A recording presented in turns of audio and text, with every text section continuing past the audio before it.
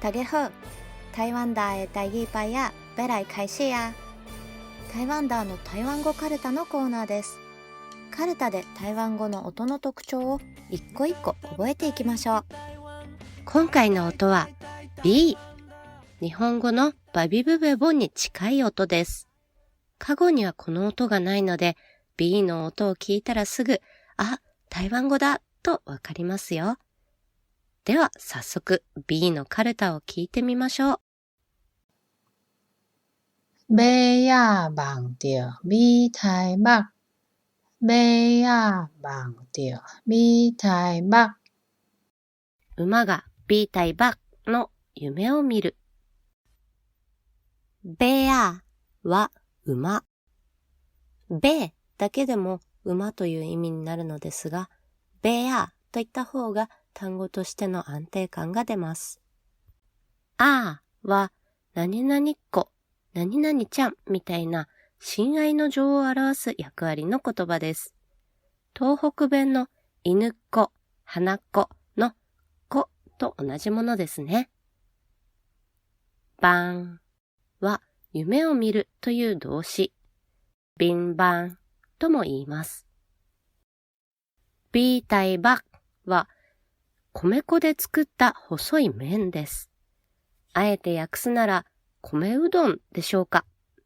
もともとはハッカの伝統料理で、ハッカ語ではミーチーモーと言います。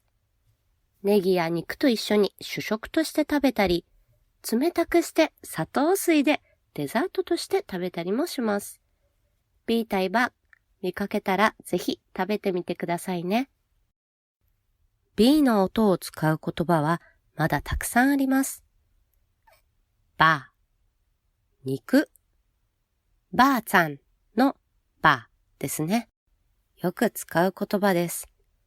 単独ではばと中音で短い音なのですが、後ろに何か他の音節がつくとばという風に高いところから落ちる音に変わります。バッチュ目。ちなみに涙はバッサイ。直訳すると目のうんちですね。面白い表現です。ブーサーサー。これはごたごたしている、立て込んでいるというような意味の表現です。ジマータンポアブーサーサー、タレチャココン。今ちょっと立て込んでいるので後で話そうというように使います。とても台湾語らしくて面白い表現なので、ぜひ使ってみてください。では、最後にもう一度 B のカルタを聞いてみましょう。